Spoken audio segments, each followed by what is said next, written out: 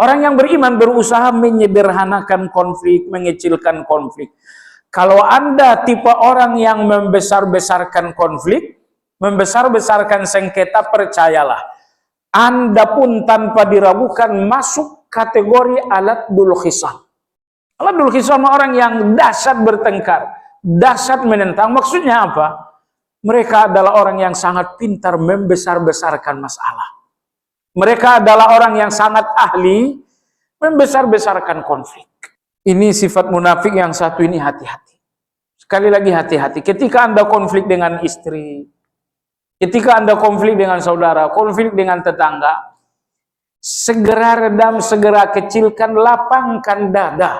Ingat, kalah Anda di depan manusia dalam satu kasus, mengalah Anda maksud saya, mengalah Anda dalam satu kasus, boleh jadi itu kemenangan Anda untuk esok hari. Ingat, hari ini akan bersambung. Sikap mengalah Anda hari ini enggak berarti Anda akan kalah selama-lama. Allah Maha tahu siapa yang akan dibantu dan siapa yang akan dihancurkan.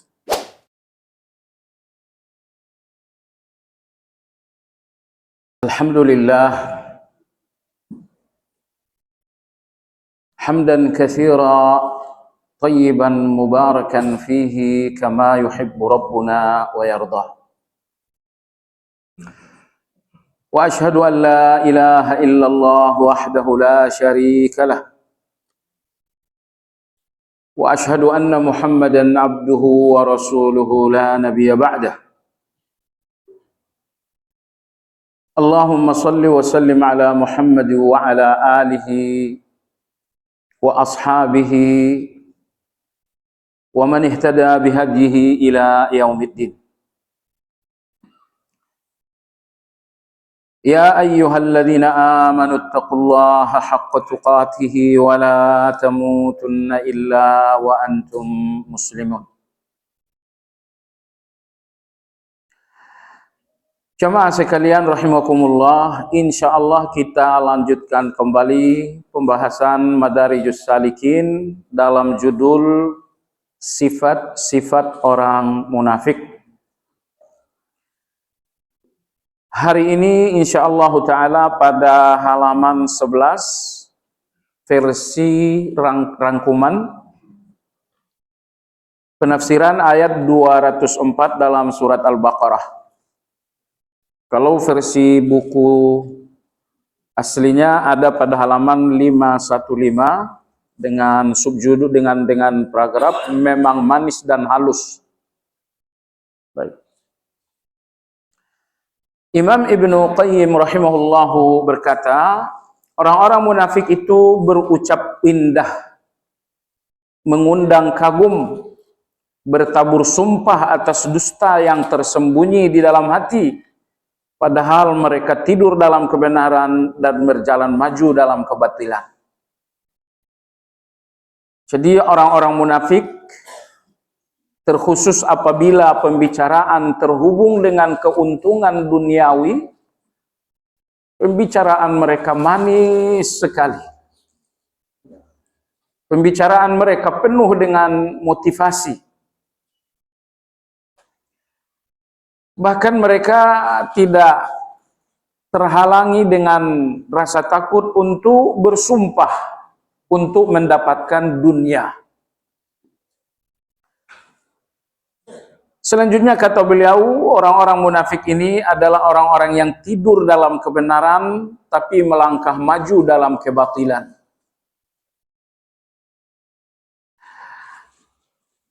Atas ucapan tersebut Imam Ibnu Qayyim kuatkan dengan ayat 204 dalam surat Al-Baqarah.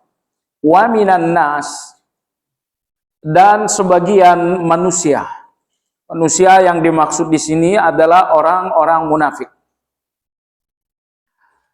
Man yu'jibuka qawluhu, ada orang yang bicaranya membuatmu kagum.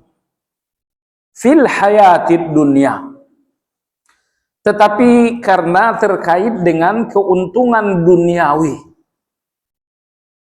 Kalau diajak bicara kebenaran, enggak nyambung. Kalau diajak berbicara kebenaran, kata-kata indahnya, puitisnya, motivasinya hilang sama sekali. Tapi kalau berbicaraan tentang keuntungan duniawi, soal bagi-bagi jabatan, soal bagi-bagi tender, mulut mereka manis, penuh dengan semangat, motivatif sekali dalam pembicaraan. Wa yushhidullah ala qalbihi, dan mereka bersumpah bahwa dalam hati mereka ada kebenaran, ada kebaikan. Demi Allah saya bermaksud baik. Demi Allah saya enggak berusaha, saya tidak mencelakai Anda. Mereka bersumpah atas isi hati mereka. Wa huwa aladul khisam, dan padahal dia adalah penentang yang sangat dahsyat. Baik. Ayat ini jamaah sekalian bersambung dengan ayat sesudahnya, yaitu ayat 205 berarti ya, ayat 205. Kedua ayat ini berbicara tentang seorang munafik bernama Akhnas bin Syuraik Ats-Tsaqafi. Suatu hari datanglah munafik yang bernama Akhnas ini menjumpai Nabi Shallallahu Alaihi Wasallam. Di hadapan Nabi kita, kata-kata yang sangat indah, kata-kata yang sangat mesra, kata-kata yang sangat loyal disampaikan kepada Nabi disertai dengan sumpah. Ya Rasulullah, aku mencintai Islam ini, aku mencintai engkau, aku mencintai orang-orang beriman. Demi Allah, hatiku penuh cinta kepada kalian. Tapi di balik kata-kata itu sesungguhnya karena ada udang di balik batu. Kata-kata seperti ini tidak datang sewaktu Islam masih dalam proses perjuangan. Tapi setelah Islam menang dalam perang Badar, menang lagi dalam banyak peperangan, Islam menjadi satu kekuatan yang sangat diperhitungkan. Islam mulai memiliki kekuatan ekonomi, maka banyaklah yang datang menabur kata indah di hadapan Nabi disertai dengan sumpah-sumpah atas isi hati. Saya akan mencintai agama ini ya Rasulullah. Lahir batin saya mendukung agama ini. Saya bersumpah kepada Allah bahwa hati saya benar-benar setia terhadap agama. Tapi kata-kata indah tersebut sesungguhnya karena ingin mendapatkan dunia dengan agama. Sebagian kaum salafus saleh ada yang berkata, memperoleh dunia dengan cara musik lebih baik daripada memperoleh dunia dengan cara menjual agama. Dua-duanya haram. Mendapatkan dunia dengan musik hukumnya haram. Mendapatkan dunia dengan menjual kebenaran, menjual agama, itu juga haram juga. Tapi dari dua haram dan dua dosa besar ini, mana yang lebih berbahaya, mana yang lebih besar? Yaitu memperoleh keuntungan dengan cara menjual agama. Menggunakan agama untuk mendapatkan dunia. Menghafal Al-Quran supaya jadi imam besar dengan gaji besar misalnya. Ini namanya mencari dunia dengan agama. Agama ini untuk mencari akhirat. Agama ini untuk mencari surga, bukan untuk mencari dunia. Dunia ini rendah, dunia ini hina, agama itu sangat mulia. Tidak boleh menggunakan kemuliaan untuk mendapatkan sesuatu yang hina. Tapi kalau agama ini digunakan untuk cari surga, surga itu memang abadi, surga itu memang luar biasa. Dan surga itu memang janjinya Allah untuk orang-orang beriman. Jamaah sekalian, tidak pernah Allah janjikan dunia untuk orang-orang beriman. Allah selalu wanti-wanti bahwa dunia dari awal sampai akhir adalah ujian. Dunia dari awal sampai akhir adalah ujian. Itulah akad Allah dengan orang-orang yang beriman, bahwa hubungan kalian dengan dunia cuma satu, hubungan ujian. Nah, karena Allah tahu betapa temporernya dunia, betapa sementaranya dunia, dan semuanya penuh dengan ujian, maka Allah tidak pernah janjikan dunia ini untuk orang-orang yang beriman. Baik. Allah selalu mengatakan bahwa dunia ini mata al-ghurur. Dunia ini memberikan kesenangan tapi menipu. Pertanyaan, kesenangan yang menipu kesenangan tidak? Ya tidak. Allah berikan kelahiran, dunia berikan kelahiran, tapi dunia mengatakan saatnya kelahiran ini akan menjadi kematian. Allah berikan kebersamaan, dunia berikan Anda kebersamaan, tapi dunia mengatakan kebersamaan ini akan berakhir dengan perpisahan. Dunia berikan Anda jabatan, tapi dunia mengatakan jabatan ini saatnya akan menjadi pensiun. Dunia memberikan kesenangan tapi menipu. Maka kesenangan yang menipu tidak pernah Allah janjikan untuk orang-orang yang beriman. Tidak pernah dijanjikan Allah untuk orang beriman atas puasa mereka, atas zakat mereka, atas salat mereka. Oleh sebab itu, jangan jadikan dunia ini tujuan agar Anda tidak tersiksa tanpa dunia. Orang-orang yang menjadikan uang sebagai tujuan, mereka akan tersiksa dengan sedikitnya uang. Tapi orang-orang yang nggak jadikan dunia, uang, jabatan sebagai tujuan, dengan dan tanpa uang, mereka biasa-biasa aja. Dengan dan tanpa jabatan, biasa-biasa aja. Hati-hati dengan tujuan, karena itu sangat menentukan bahagia sengsaranya Anda. Maka kalau sampai Anda jadikan dunia ini sebagai tujuan, padahal Allah katakan dunia ini menipu. Dia berikan kesenangan tapi menipu. Nah, Anda akan sengsara. Baiklah, jadi munafik bernama Akhnas ibnu Syuraik tadi menjumpai Nabi Shallallahu Alaihi Wasallam, bertabur kata-kata mutiara disertai dengan sumpah atas isi hati. Ya Rasulullah, aku seorang muslim, cinta Rasul, cinta sahabat, cinta kebenaran. Dan saya bersumpah bahwa hati saya penuh dengan kecintaan terhadap Islam. Inilah Akhnas bin Syuraik. Tapi setelah beliau meninggalkan Nabi Shallallahu Alaihi Wasallam, beliau melewati satu perkebunan milik seorang kaum muslimin. Pemilik kebun itu dia bunuh.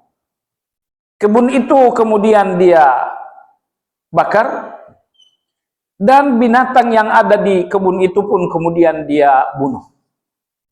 Misalnya ada domba, misalnya ada keledai, itu dibunuh. Pemiliknya dibunuh, kebunnya dibakar. Maka Allah berfirman pada ayat 205, wa idza tawalla, tapi apabila si Akhnas ini telah meninggalkan Nabi, sa'a fil ardi liyufsida fiha, maka ia melakukan kerusakan. Baiklah, jadi sifat munafik pertama pada ayat 204, berkata-kata indah, berkata-kata manis, tapi ada udang di balik kata-kata manis tersebut. Kata-kata manis tersebut hanya untuk membungkus sejumlah dusta-dusta dan pengkhianatan. Kata-kata manis tersebut hanya karena ada target-target duniawi. Wa yushhidullaha ala ma fi qalbihi. Tanda munafik berikutnya pada ayat 204 adalah bersumpah atas isi hati. Demi Allah saya bersumpah, hati saya penuh cinta dengan agama ini. Saya bersumpah demi Allah bahwa hati saya benar-benar siap berkorban untuk agama ini. Jemaah sekalian, kebiasaan banyak bersumpah adalah kebiasaannya orang-orang munafik. Jadi nampaknya orang-orang munafik sadar betul ucapan mereka dusta.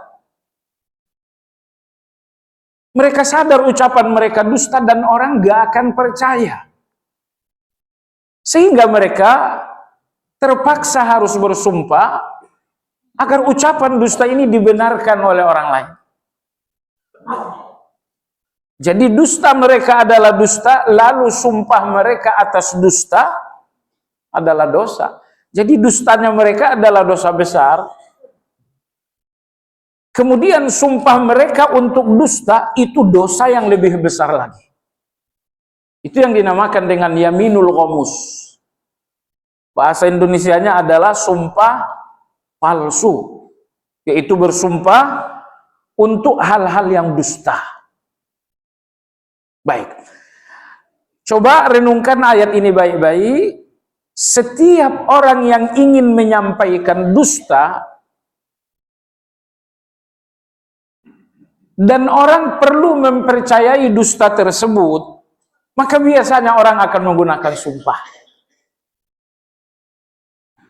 Tapi orang-orang yang beriman, jamaah sekalian, mereka terbiasa dengan kebenaran, sehingga tanpa dusta mereka pun tahu bahwa ucapan ini akan diterima oleh orang lain. Sehingga tidak ada orang beriman yang terbiasa dengan sumpah. Jadi hati-hati dengan kebiasaan sumpah. Kemudian tanda munafik yang ketiga dalam ayat 204, wa huwa aladdul khisam. Padahal si munafik tersebut adalah penentang yang sangat dahsyat. Dalam hadis diriwayatkan oleh Imam Bukhari dan Imam Muslim dari Aisyah radhiyallahu anha, Nabi kita sallallahu alaihi wasallam bersabda, abghadur rijali ilallah al-aladdul khasim. Kata Nabi sallallahu alaihi wasallam, manusia paling dimurkai oleh Allah. Jemaah sekalian, antara murka dan laknat mana yang lebih berbahaya? Ghadiballahu alaihim wa la'anahum. Dalam Al-Quran, Allah murka dan Allah laknat mereka. Mana lebih berbahaya, murka dengan laknat? Laknat itu bahwa Allah tak lagi sayang dengan seseorang. Murka itu bahwa Allah benci dengan seseorang. Jadi murka lebih tinggi daripada laknat. Jadi kata Nabi Shallallahu Alaihi Wasallam, manusia paling dimurkai Allah adalah manusia aladdul khisam. Siapa aladdul khisam ini? Masya Allah. Penjelasan ulama kita menggetarkan tentang aladdul khisam. Ulama kita mengatakan aladdul khisam adalah orang-orang yang sangat mahir, orang-orang yang sangat licik, orang-orang yang sangat profesional dalam bermusuhan. Jadi ada orang nggak pintar bermusuhan, sehingga selalu kalah dalam bermusuhan. Kalau ada satu konflik, orang-orang beriman ini cenderung kalah dalam konflik karena mereka tidak terbiasa dengan konflik.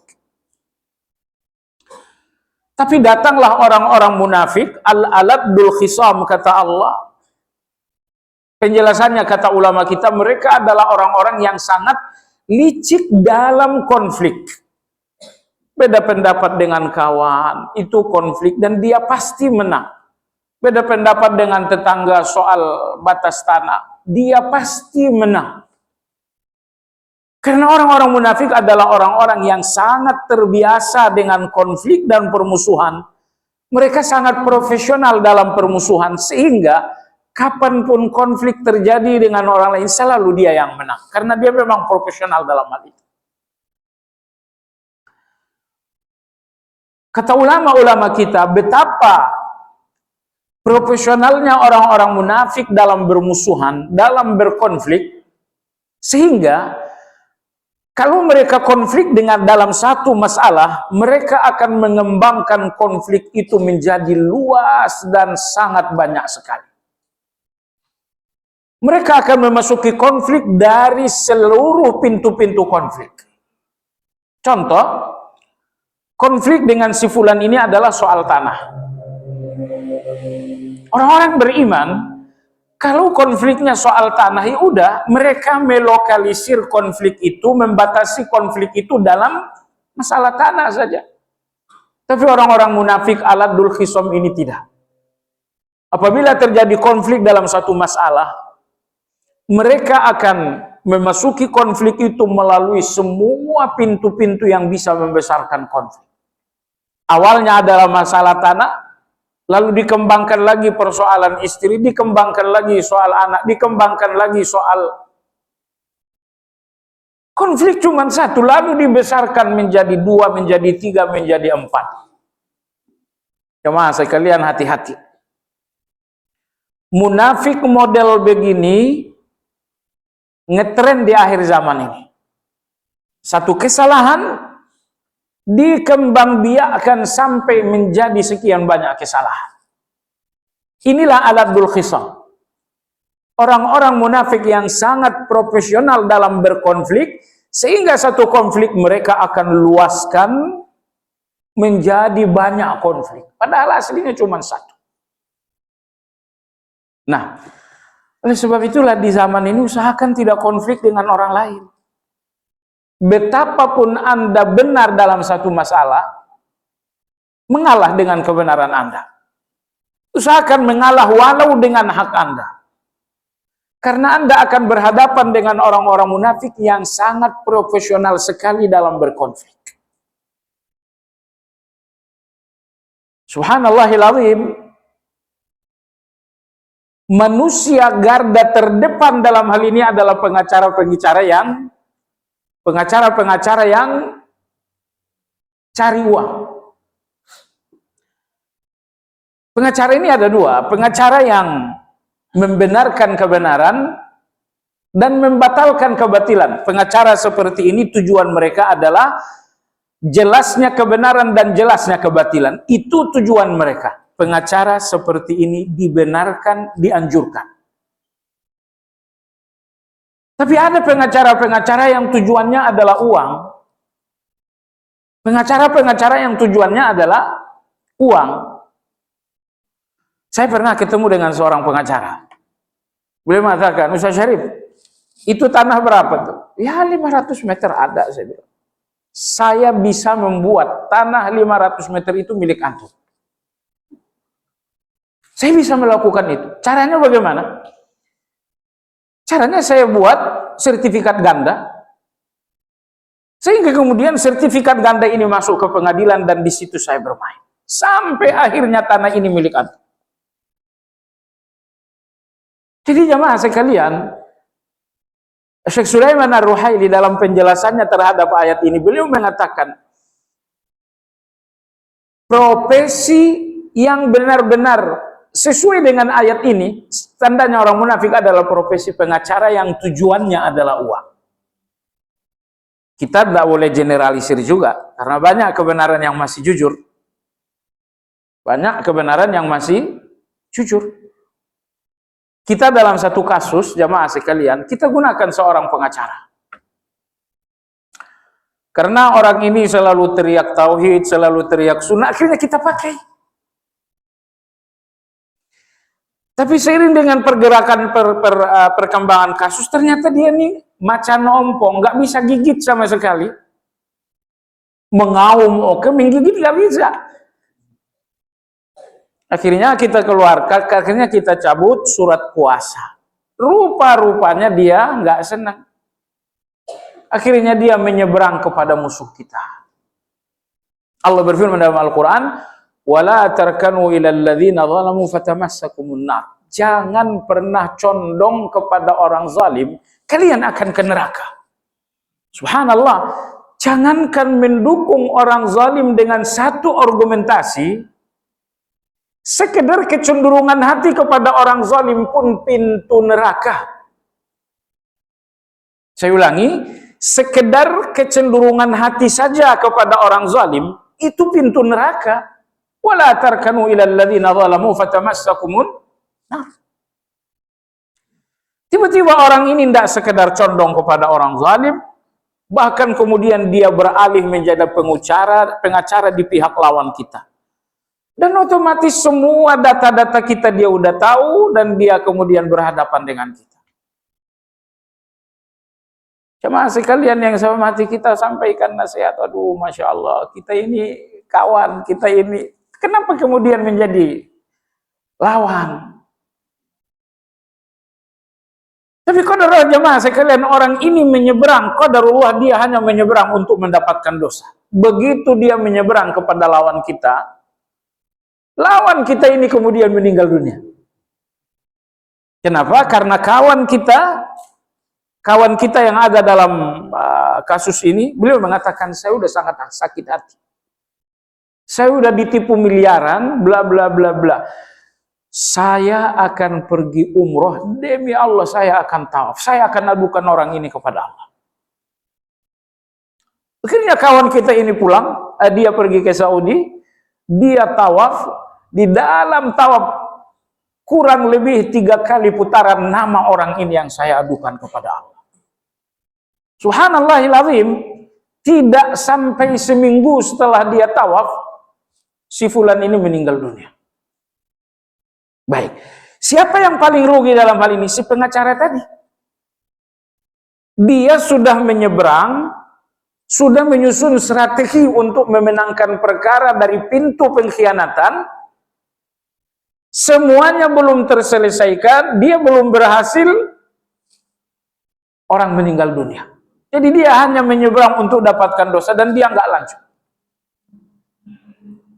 Akhirnya mungkin karena menyesal, akhirnya dia telepon kita lagi. Saya sekarang mau jadi pengacara lagi tanpa dibayar. Kita bilang, Masya Allah, Anda ini usianya udah hampir 60 tahun masih berdusta.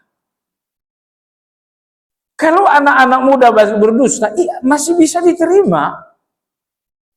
Tapi Anda ini usianya udah 60 tahun lebih, masih bisa-bisanya berdusta hanya soal uang. Lebih fatalnya bagaimana Anda nyeberang kepada orang yang zalim? Dari awal kasus ini, Anda tahu bahwa yang benar adalah kita. Orang ini menyangka hanya karena dia pemilik wilayah saja. Nah, maka jamaah sekalian yang saya hormati, aladul khisam, orang yang paling dahsyat dalam menentang golongan atau profesi paling pertama dalam maksud aladul khisam adalah pengacara-pengacara yang nyari uang. Maka kalau Anda berkonflik dengan siapapun, usahakan selesaikan dengan kekeluargaan. Anda jangan berpikir pengacara akan memberikan Anda kemenangan secara gratis. Kemarin seorang kawan telepon saya tentang konflik rumah tangga. Ternyata istrinya sudah mengajukan khulud, perceraian, tapi menggunakan pengacara. Saya bilang, kamu siap-siap. Pengacara akan membuat kasus ini banyak sekali agar bernilai besar. Kasus kalau cuma nilainya 200 juta, pengacara tidak banyak uang. Tapi bagaimana satu konflik, satu kasus, menjadi 5 kasus, menjadi 7 kasus, agar nilai kasus ini bisa 1 miliar. Kasus pertama KDRT. Kasus kedua tidak ngasih uang belanja. Kasus ketiga diabaikan. Padahal aslinya kasus cuma 1 KDRT aja. Tapi kasus 1 ini dikembangkan menjadi 2, menjadi 4, menjadi 5. Kalau hanya 1 kasus, nilai kasusnya cuma 200, 300, 400 juta. Dan ini nggak menguntungkan bagi pengacara. Baik. Oleh sebab itu kembali kepada penjelasan aladul khisam, orang yang disebut aladul khisam penentang yang dahsyat. Penentang dahsyat adalah orang yang sangat profesional dalam konflik.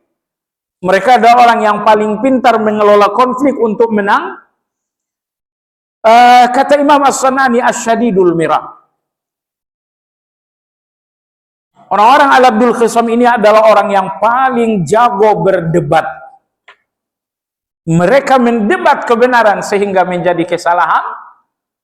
Mereka mendebat kesalahan sehingga menjadi kebenaran.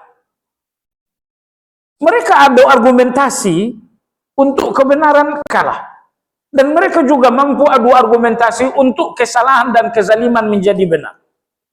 Mereka lah Al-Abdul Khisam.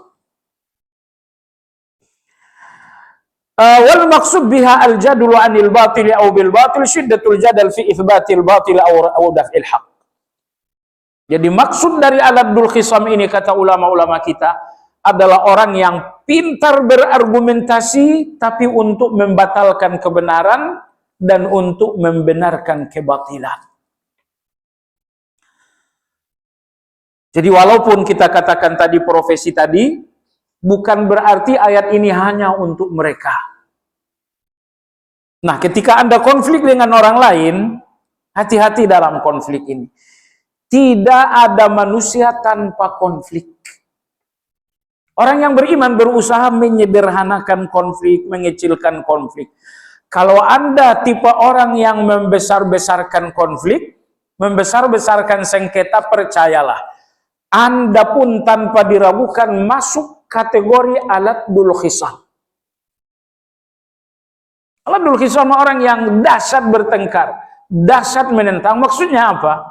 Mereka adalah orang yang sangat pintar membesar-besarkan masalah. Mereka adalah orang yang sangat ahli membesar-besarkan konflik. Baik jamaah sekalian yang saya hormati, ini sifat munafik yang satu ini, hati-hati. Sekali lagi hati-hati. Ketika Anda konflik dengan istri, ketika Anda konflik dengan saudara, konflik dengan tetangga, segera redam, segera kecilkan, lapangkan dada. Ingat, kalah Anda di depan manusia dalam satu kasus, mengalah Anda maksud saya, mengalah Anda dalam satu kasus, boleh jadi itu kemenangan Anda untuk esok hari. Ingat, hari ini akan bersambung. Sikap mengalah Anda hari ini enggak berarti Anda akan kalah selama-lama. Allah Maha tahu siapa yang akan dibantu dan siapa yang akan dihancurkan. Kenyataan hidup yang kita saksikan, kita jalani, kita tonton bersama-sama, orang-orang yang mengalah itulah yang ternyata pada akhirnya menang. Dan orang-orang yang bersikeras itulah yang pada akhirnya akan kalah. Oleh sebab itu, dalam segala konflik, usahakan di posisi mengalah.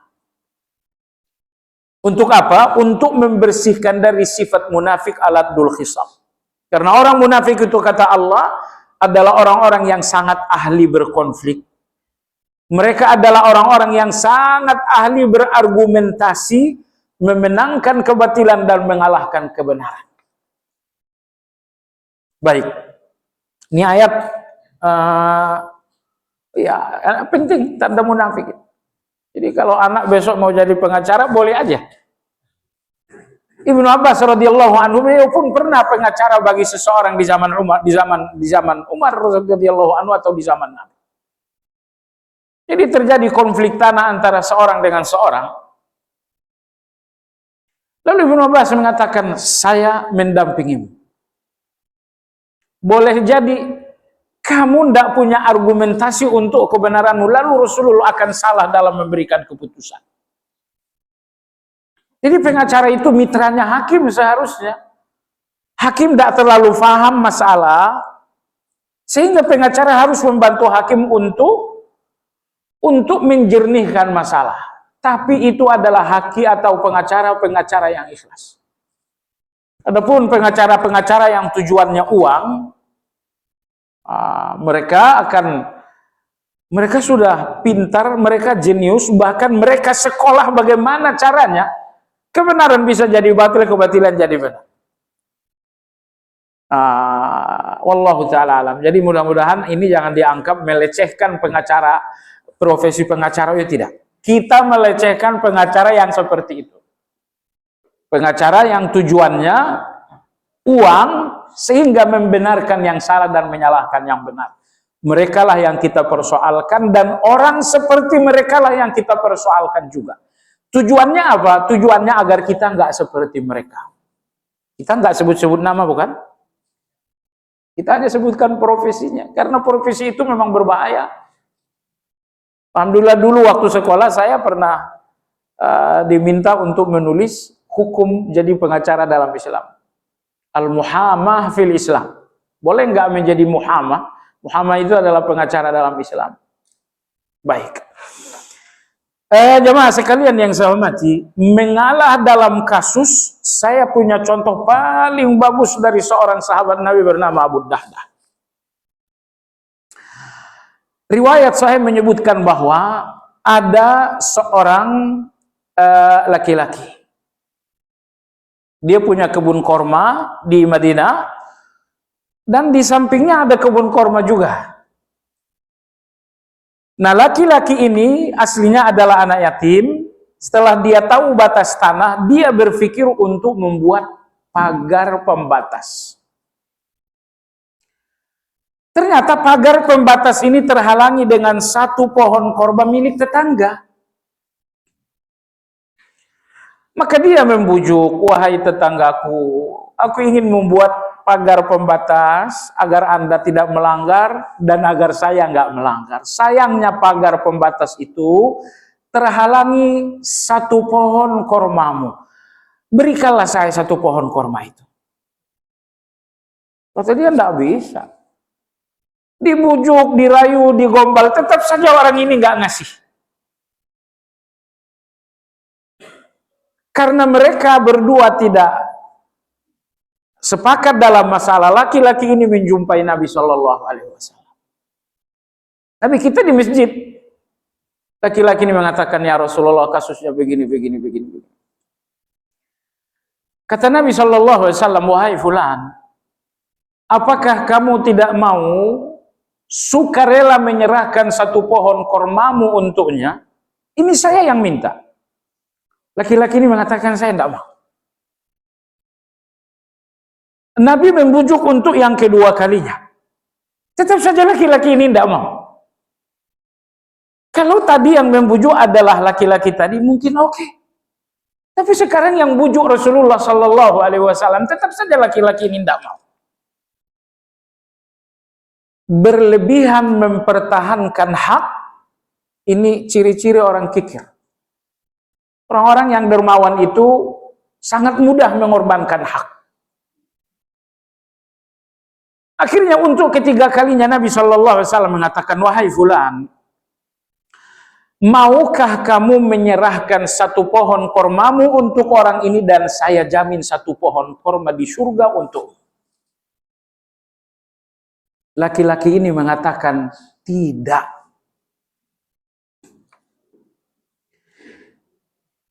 Satu korma kamu serahkan, saya jamin satu korma untukmu di surga. Itu berarti dua kan? Saya jamin kamu masuk surga, plus di sana akan ada satu korma untukmu. Laki-laki ini mengatakan tidak. Oh, ini aladul khisam juga ini. Orang yang sangat keras dalam permusuhan, tidak ada kata mengalah sama sekali dalam konflik. Itu aladul khisam juga. Akhirnya Abu Dardah radhiyallahu anhu menjumpai Nabi SAW. Ya Rasulullah, sekiranya satu pohon kormanya saya tukar dengan kebun saya, apakah saya dapat satu pohon korma di surga? Satu kormanya dia, saya tukar dengan satu kebun saya. Kata Nabi, kebunmu berapa pohon korma isinya? Ya Rasulullah, kebun saya pohon korma yang masih produktif sekitar 600 pohon. Ya Rasulullah, kalau ada jaminan saya akan punya satu pohon korma di surga, akan saya tukar satu pohonnya dengan kebun saya berisi 600 pohon korma produktif. Kata Nabi SAW, iya, saya jamin satu korma di surga untukmu, karena 600 pohon kormamu untuk menggantikan satu pohon korma milik orang. Abu Dahdah mengatakan, wahai fulan, silakan ambil pohon korma, kebun korma saya. Satu korma tukar satu kebun. Model Anda, model saya memang nggak level hidup di zamannya Nabi. Nggak level itu. Model-model Abu Dahdah ini saya mau nyari tahu ada orangnya nggak tuh sekarang yang begitu. Kalaupun ada perlu 360 tahun sesuai dengan jumlah penjajahan Belanda untuk menemukan orang seperti itu, 350 tahun. Sangat susah. Akhirnya Abu Dahdah mengatakan, wahai fulan, kamu tahu kan pohon korma, kebun korma saya? Kebun korma saya, kebun korma terbaik di Madinah. Berulang kali ditawar orang-orang punya uang untuk dibeli dan saya nggak mau. Jumlah pohon kormanya banyak, subur, produktif, saya tidak pernah jual. Tapi untuk mendapatkan satu pohon korma di surga, ambil. Lebih luar biasanya lagi karena Abu Dahdah, istrinya Ummu Dahdah dan anak-anaknya mereka tinggalnya di dalam perkebunan itu. Nah, setelah transaksi dengan Nabi Shallallahu Alaihi Wasallam, laki-laki ini tentunya gembira sekali. Ingat, orang-orang yang berpikir duniawi akan sulit untuk selesaikan konflik. Orang-orang yang berpikir duniawi, selesainya konflik dengan mereka dengan dunia juga. Orang-orang yang isi pikirannya duniawi, mereka tidak kenal kata mengalah. Lihatlah laki-laki ini, satu pohon korma, sama sekali tidak bisa menjadi toleransinya dengan tetangga. Kenapa? Orang-orang yang otaknya hanya terisi duniawi, konflik mereka nggak akan selesai kecuali dengan dunia juga. Dan laki-laki ini betapa tidak malunya bukan? Satu pohon korma ditukar dengan satu kebun korma. Baik, Abu Dahdah radhiyallahu anhu akhirnya kembali ke kebun kormanya. Sampai di sana dak-duk juga, gimana membicarakan, mengkomunikasikan ini dengan istri. Tapi sudah, nggak ada masalah. Dia berani juga. Di luar rumah, Abu Dahdah ini sudah mulai teriak, "Assalamualaikum Ummu Dahdah, Ummu Dahdah, Ummu Dahdah." Mendengar suami teriak-teriak di rumah, istrinya keluar kaget. Ada apa teriak-teriak tidak biasanya? Kayaknya kamu gembira sekali. Ummu Dahdah, saya baru saja transaksi dengan Nabi bahwa di surga kita udah punya satu pohon korma. Pasalnya bagaimana? Pasalnya bahwa begini. Dia ceritakan dengan istrinya. Istrinya pun seia sekata dengan Abu Dahdah. Karena ada istri yang enggak seia sekata. Istrinya mengatakan, baiklah Abu Dahdah, saya ridho. Kebun korma tukar satu pohon korma di surga. Kata Abu Dahdah, kalau begitu keluar kalian. Ajak semua anak-anak keluar. Dia keluar, anak-anak keluar, dan saat mereka keluar Abu Dahdah memeriksa bawaan istri dan bawaan anak-anak. Beliau mengatakan akad dengan Nabi, semua isi kebun ini untuk laki-laki itu. Jangan sampai di tas kalian ada sisa korma-korma. Maka diperiksa tas istrinya, nggak ada. Ya, periksa bawaan anak, nggak ada korma satu biji pun. Satu biji pun nggak ada sama sekali. Nah, misalnya ada satu korma dikantongin anak gitu kan, itu akan dikeluarkan Abu Dahdah. Transaksi dengan Nabi, kebun korma dengan segala isinya akan ditukar dengan satu korma laki-laki tadi, tapi satu korma di surga. Sudah akhirnya mereka keluar. Jemaah sekalian, setelah mereka keluar, Nabi SAW pun tahu. Nabi menjumpai Abu Dahdah. Nabi SAW mengatakan, Rabihal bayu wa Abu Dahdah. Kata Nabi, wahai Abu Dahdah, transaksi dengan Allah yang sangat menguntungkan.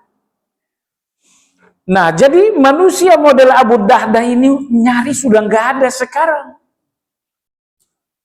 Karena model-model Abu Dahdah ini gurunya harus Nabi SAW. Kalau gurunya guru-guru sekarang ya nggak bisa mengalah seperti itu, jemaah sekalian. Baik, Jadi kembali kepada ayat 204 tadi, orang-orang munafik aladul khisam, orang-orang yang sangat licik dalam bermusuhan. Mereka sangat ahli dalam bermusuhan. Bersengketa dalam satu masalah, mereka akan membuatnya menjadi banyak masalah. Baik. Kita lanjutkan satu ayat lagi, ayat 205. Ibnu Qayyim mengatakan, Allah Subhanahu wa taala berfirman, memerintahkan hal-hal yang merusak itu enggak betul, itu salah tulis. Allah berfirman lagi, wa idza tawalla sa'a fil ardi liyufsida fiha wa yuhlikal hartha wan nasl wallahu la yuhibbul fasad. Dan apabila ia berpaling dari Nabi, dia yang dimaksud tadi adalah Akhnas bin Syuraik. Dia berusaha berbuat kerusakan karena dia membakar perkebunan seorang sahabat, membunuh wa yuhlikal hartha wan nasl, merusak tanam-tanaman dan ternak. Wallahu la yuhibbul fasad, dan Allah Subhanahu wa taala tidak suka dengan perilaku merusak. Nah, jadi betapa tidak adanya perasaan orang-orang munafik. Kebun dibakar, ternaknya dibunuh, bahkan pemiliknya juga dibunuh. Karena soal bunuh-membunuh itu gampang bagi orang munafik. Anda bunuh binatang saja masih cari dalil. Wah, ini kesenangan anak-anak ini. Kesenangan anak-anak. Kita pulang kampung kemarin, anak saya nyuruh, kejar dulu. Suruh bikin telolet. Nyaris kita bayar 20.000 tukang sopir itu untuk nyalain yang begituan. Nah, baik jemaah sekalian, Anda untuk bunuh binatang pun Anda masih cari dalil. Cicak misalnya boleh dibunuh, nggak ada dalilnya, nggak? Anda masih nyari. Tapi orang-orang munafik membunuh, merusak, mereka tidak punya pikiran dua kali. Karena kebiasaan mereka adalah kebiasaan merusak, membunuh, menghancurkan.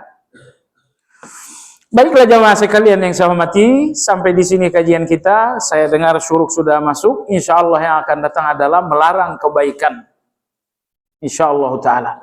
Baik, bagi Anda yang ingin bertanya, dipersilakan. Saat mengikuti salat Id, imam awalnya lupa takbir zawaid karena setelah doa iftitah langsung baca Fatihah. Setelah itu imam ingat kalau belum zawaid, kemudian baru takbir zawaid lagi, kemudian baru Fatihah lagi. Jadi baca Fatihahnya 2 kali. Makanya jamaah sekalian yang saya hormati, diskusi di kalangan ahli fikih tentang hadis Nabi, ya ummul qauma aqra'uhum, yang menjadi imam adalah yang paling ahli Quran. Ahli Quran di sini oleh banyak ulama seperti Imam Ahmad adalah orang yang hafalannya bagus, hafalannya lancar.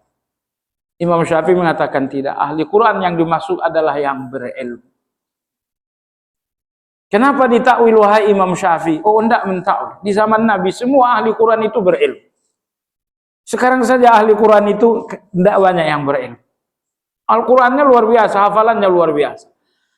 Praktiknya jamaah sekalian, jamaah lebih membutuhkan ilmunya imam daripada hafalannya imam. Contohnya ini. Padahal kalau misalnya imam sudah terlanjur Fatihah, baru ingat belum zawaid, perlukah dia hentikan Fatihah lalu zawaid? Nggak perlu. Karena takbir zawaid dalam salat itu hukumnya rukun, wajib atau sunnah? Hukumnya sunnah. Nah, tapi imam ini sekali lagi dia nggak ngerti. Mungkin imam yang baru pertama kali model saya. Saya masih ingat dulu pertama kali ngimamin. Oh, itu jemaah sekalian, keringat dari wajah sampai ke ujung kaki mengucur di pagi hari yang sangat dingin. Jadi kita toleransi saja imam ini mungkin pertama kali. Ya, tapi sekali lagi seharusnya imam ini tidak balik lagi. Kalau udah terlanjur baca Fatihah, lanjut saja. Apakah sholat id yang kami kerjakan sah? Ya, sholat idnya tetap sah. Ya, artinya Fatihahnya 2 kali. Menambah rukun dalam sholat itu sah atau tidak? Tidak sah. Konsepnya seperti itu. Karena dia baca Fatihah 2 kali, dia menambah rukun. Fatihahnya aslinya tidak sah. Tapi ini terjadi karena ketidaktahuan. Maka karena alasan ketidaktahuan itulah diberi uzur, sholatnya tetap sah karena ketidaktahuan. Bagaimana cara mengingatkan imam jika terjadi kasus seperti itu? Kalau menggunakan mazhab Ahmad jelas, bicara aja. Imam, tidak perlu diulang imam. Bolehkah berbicara bahasa Indonesia pula? Dalam mazhab Syafi'i, dalam mazhab Imam Ahmad, untuk meluruskan kesalahan imam yang sekiranya tidak bisa diketahui kecuali dengan bahasa, dibenarkan. Mana dalilnya? Dalilnya adalah hadis Zulyadain. Dalam salah satu salat siang, Nabi kita 2 rakaat, tiba-tiba salam. Udah gitu Nabi kita pergi, padahal berarti sisa berapa rakaat lagi? Masih sisa 2 rakaat lagi. Abu Bakar tidak berani negur, Umar tidak berani negur. Akhirnya datang seorang laki-laki dijuluki Zulyadain. Beliau mengatakan, ya Rasulullah, anasita am qasuratis shalah. Anda lupa? Atau jangan-jangan salat sudah 2 rakaat sekarang? Kata Nabi, enggak.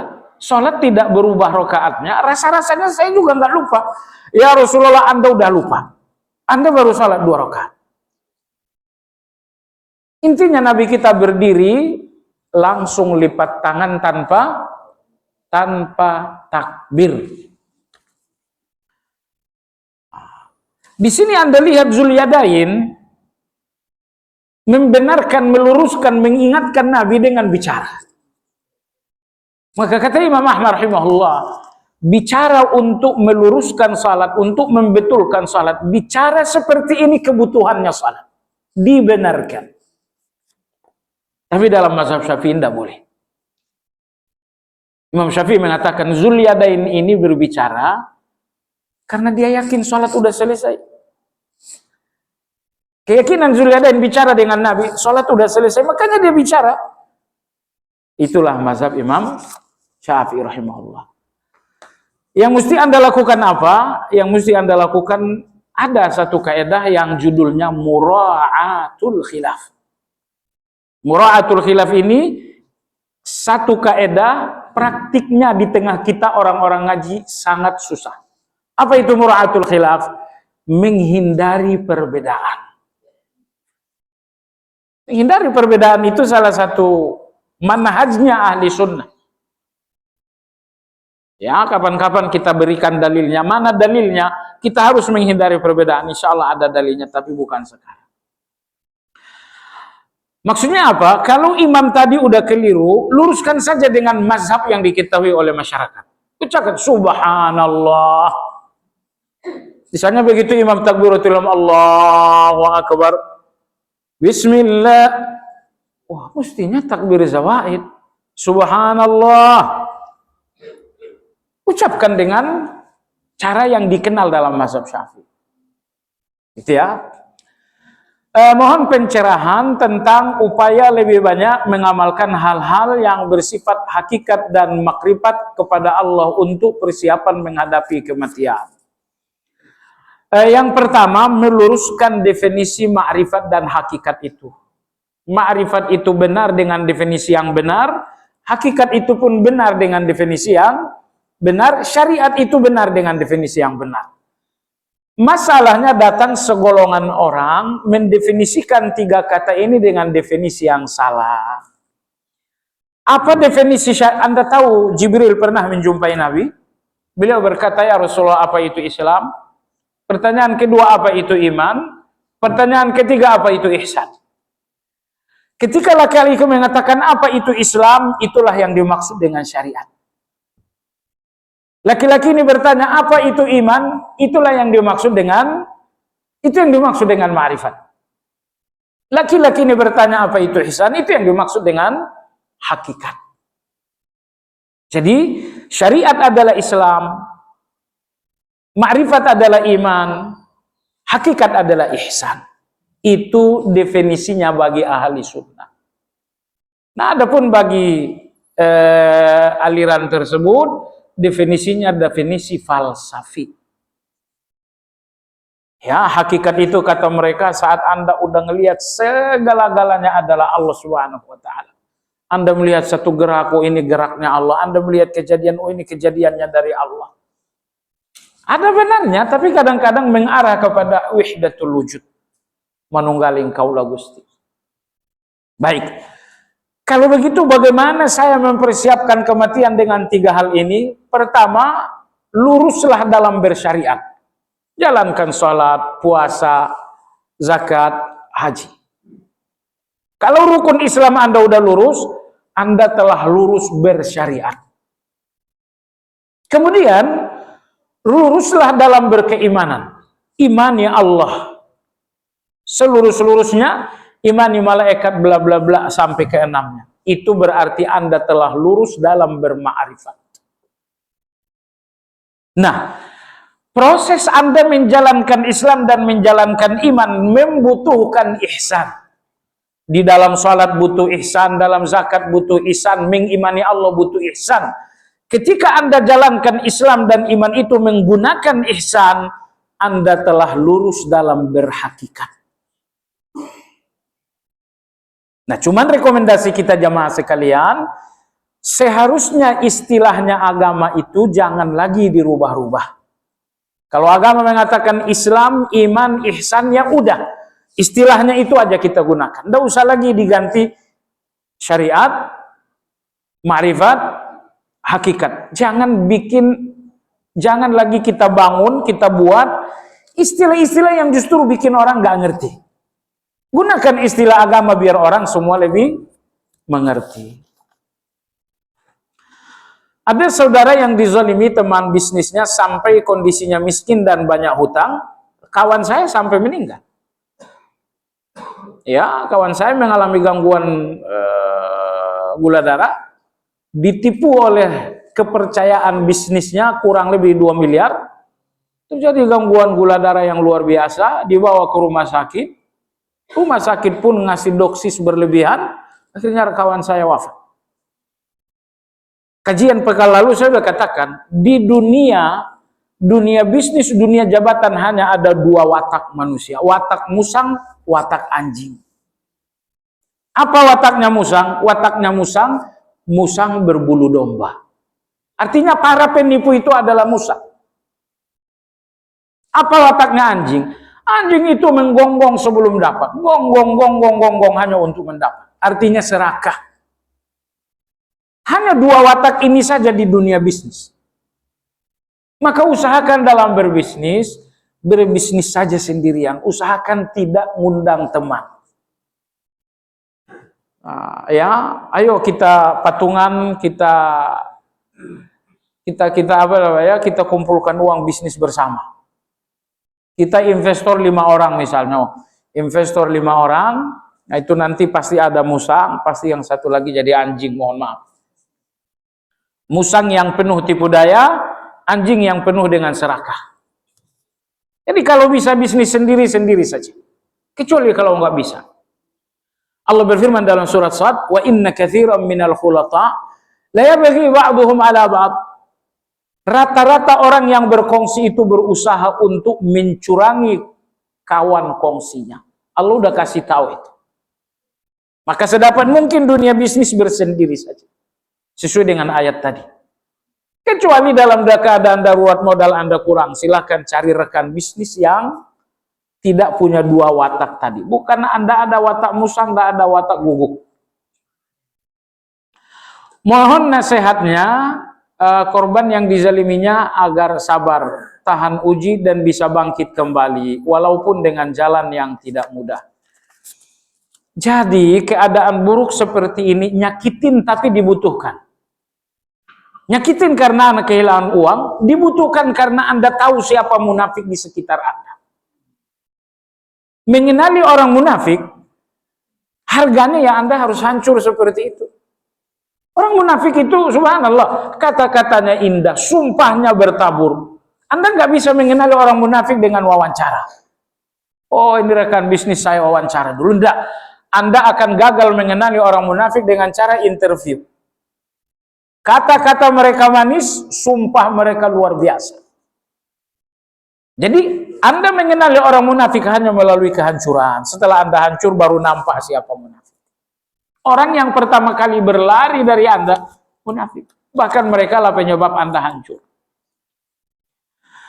Kemudian, nasihat untuk pelaku bisnis tersebut, Anda dizalimi, doa Anda didengar oleh Allah Azza wa Jalla. Saya sudah ceritakan kepada Anda doa kawan saya tadi. Karena kawan saya dicurangi miliaran, dia tuntut baik-baik dengan cara kekeluargaan, tapi justru orang ini mentersangkakan yang benar. Itu kan luar biasa itu. Kawan kita benar ditersangkakan. Kawan kita udah korban miliaran, ditersangkakan pula. Ya, jemaah sekalian yang saya hormati, ingat ya. Air mata bukan kelemahan. Air mata adalah kekuatan. Karena senjata terkuat Anda di depan Allah adalah air mata Anda. Maka saya katakan air mata bukan kelemahan tapi kekuatan, karena air mata adalah senjata terbaik Anda di depan Allah. Maksudnya apa? Keluhan-keluhan Anda dalam masalah, dalam kesulitan, benar-benar akan langsung ditangani oleh Allah jika Anda sampaikan dengan air mata. Tapi kalau Anda cuma berdoa, ya Allah, tidak ada air mata sama sekali, ijabah Allah mungkin tidak spontan, mungkin akan tertunda, mungkin. Tapi semua pengaduan yang disampaikan dengan air mata langsung akan ditangani oleh Allah. Mana dalilnya? Bukankah Allah memerintahkan agar kita berdoa dengan merendahkan diri? Puncak tertinggi merendahkan diri Anda menangis. Kalau Anda cuma berdoa, berpuisi pula doanya, ya Allah, Engkau tahu apa yang aku mau, macam-macam. Tidak nampak sekali Anda merendahkan diri dengan permintaan itu. Tapi begitu Anda udah merengek, Anda udah menangis, Anda udah sesungguhkan, Anda telah sempurna dalam merendahkan diri. Disitulah Allah akan mengambil persoalan dan menyelesaikannya dengan caranya Allah. Maka sekali lagi mulai sekarang, jangan gunakan air mata Anda itu untuk cengeng-cengengan. Air mata untuk baper-baperan, jangan. Air mata Anda adalah fitrah dari Allah untuk menjadi senjata terkuat Anda di depan Allah Azza wa Jalla. Tidak ada keluhan yang Anda simpuhkan dengan air mata Anda, melainkan akan diambil alih oleh Allah Subhanahu wa Ta'ala. Ini kawan ini segera mengadu kepada Allah Subhanahu wa Ta'ala. Nomor 2, segera minta ganti kepada Allah Azza wa Jalla. Segera minta ganti kepada Allah Azza wa Jalla. Nomor 3, yakin bahwa Allah akan menolong. Jangan Anda udah jatuh tidak yakin Allah menolong. Yakinlah seyakin-yakinnya Allah menolong. Saya ingin sampaikan kepada antum, kepada kita semua definisi yakin. Yakin itu saat Anda yakin ada terang, justru dalam situasi yang sangat gelap. Kalau Anda yakin terang karena sudah melihat tanda-tanda fajar, yakin Anda itu bukan yakin. Yakin Anda itu bukan yakin. Tapi ketika ini masih tengah malam, gelap gulita, Anda yakin besok akan ada matahari terbit. Itulah yakin yang sesungguhnya. Maka yakin yang sesungguhnya, saat Anda yakin hutang piutang akan lunas padahal sedikit pun belum berkurang. Saat Anda yakin orang-orang zalim ini akan hancur, padahal Anda tidak melaporkannya ke polisi dan pengadilan. Yakin Anda terhadap terang, justru dalam situasi yang gelap, itulah yakin kepada Allah yang sesungguhnya. Kalau yakin terang akan datang karena sudah fajar, itu yakinnya semua manusia. Yakin seperti itu bukan yakin keimanan, itu yakin rasional. Yakin keimanan itu jemaah sekalian, bahwa Anda yakin utang piutang akan selesai padahal sedikit pun belum berkurang. Jalannya pun Anda nggak tahu, tapi Anda yakin. Yakin kita bukan karena fakta di depan mata, bukan karena alasan logika A, logika B, tidak. Yakin kita karena kita tahu Allah Maha Menolong. Itu saja yakinnya kita. Jika kata laknat keluar kedudukan kesalahannya di sisi Allah lebih rendah daripada murka, maka apakah ini sekaligus menyatakan derajat dosa orang yang akan diterima? Contoh, Allah melaknat pelaku riba, tidak dikatakan Allah murkai pelaku riba, padahal riba adalah dosa besar. Iya, dosa besar. Dosa besar itu antara lain dengan kata laknat. Dosa besar itu antara lain dengan kata ghadab. Ghadab itu Allah murka. Maka dalam Al-Quran Allah menyebutkan laknat, baru menyebutkan ghadab. La'anahumullahu wa ghadiba alaihim. Kenapa didahulukan laknat? Ini dari yang rendah kepada yang tinggi. Di mana letaknya gunung Qaf yang dikisahkan sebagai induk dari semua gunung, dan apakah riwayat itu saya atau sekedar cerita Israiliyat? Waduh, saya juga nggak tahu. Di mana gunung Qaf yang dimaksud? Orang yang melakukan salat sunnah rawatib sejumlah 12 rakaat maka diberikan surga untuknya. Bagaimana dengan hari Jumat di mana tidak ada salat qobliyah zuhur, dan apa gantinya? Gantinya dalam hadis Ibnu Umar 4 rakaat selesai Jumat. 2 rakaat di masjid, 2 rakaat di rumah. Kalau kira-kira nanti perjalanan ke rumah bakal masuk angin, sudah 4 rakaatnya di masjid saja. Maka 4 rakaat ba'da Jumat ini penggantinya. Ada sebuah riwayat yang mengatakan bahwa jika tidak mampu melakukan rawatib yang 12 itu, maka masih ada kesempatan sebagai gantinya menunaikan sholat sunnah dengan jumlah rakaat 12 sebagai gantinya. Apakah riwayat tersebut sahih? Tidak ada riwayat seperti itu yang kita tahu. Yang ada adalah mengqadha. Misalnya tadi Anda tidak qobliyah Jumat, qobliyah zuhur, lalu Anda mengqadha selesai zuhur. Misalnya habis zuhur Anda tidak ba'diyah, lalu jelang asar Anda qadha. Itu yang ada. Hadisnya sahih bahwa Nabi SAW salat selesai asar. Ummu Salamah radhiyallahu anha bertanya, Rasulullah, salat apa ini? Kata Nabi SAW, tadi selesai zuhur, saya disibukkan tamu sampai tidak ba'diyah zuhur. Maka aku mengqadhanya sekarang. Jadi rupanya menjamu tamu lebih utama daripada sekedar melakukan ba'diyah. Maka Nabi mengqadhanya habis asar. Jadi dengan demikian, kalau 12 rakaat ini tertinggalkan, silahkan diqadha. Saya mendapat hadiah sepatu dari seseorang. Sepatu tersebut sudah saya gunakan beberapa kali, namun beberapa hari kemudian yang memberi sepatu memberitahu bahwa sepatu tersebut salah satu bagiannya mengandung kulit babi. Apakah setelah tahu informasi tersebut saya masih bisa menggunakan sepatu tersebut? Terkait sepatu tersebut tidak berhubungan dengan ibadah Ramadan maupun ibadah mahdah. Iya, jadi ketika Allah berfirman lahmul khinzir, daging babi, kata Imam At-Tabari, Allah menyebutkan daging agar berhubungan dengan semuanya. Karena daging itu berhubungan dengan kulit, daging itu berhubungan dengan tulang, daging itu berhubungan dengan bulu. Maka Allah nggak menyebutkan babi, Allah katakan daging babi agar haramnya babi menyeluruh. Nah, dan najisnya babi tidak bersih dengan cara apapun. Oh, saya sudah camak. Oh, yang bisa dicamak itu yang bukan babi. Kalau babi tidak bisa dicamak. Nah, ketika Allah mengharamkan babi, maka berarti Allah pun tidak membenarkan penggunaannya secara sadar. Sebab kalau babi ini sesuatu yang boleh digunakan, tidak diharamkan oleh Allah Azza wa Jalla.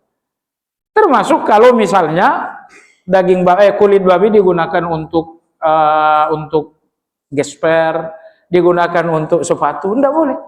Allah mengharamkannya, maka tidak boleh memanfaatkannya. Itu ya, jadi tidak boleh dimanfaatkan. Tapi kalau misalnya bagian sepatu hanya bagian kecil saja, kalau bagiannya cuma bagian kecil, insya Allah dimaafkan. Kalau kecil sekali. Tapi kalau tidak kecil, ya sudah, diganti saja. Syukurkan dapat sepatu baru lagi. Jadi kalau bagian babinya kecil, dimaafkan. Tapi kalau bagiannya tergolong besar, ya sudah, harus diganti memang. Subhanakallahumma bihamdika asyhadu an la ilaha illa anta astaghfiruka wa atubu ilaik. Alhamdulillahirabbil alamin. Assalamualaikum warahmatullahi wabarakatuh.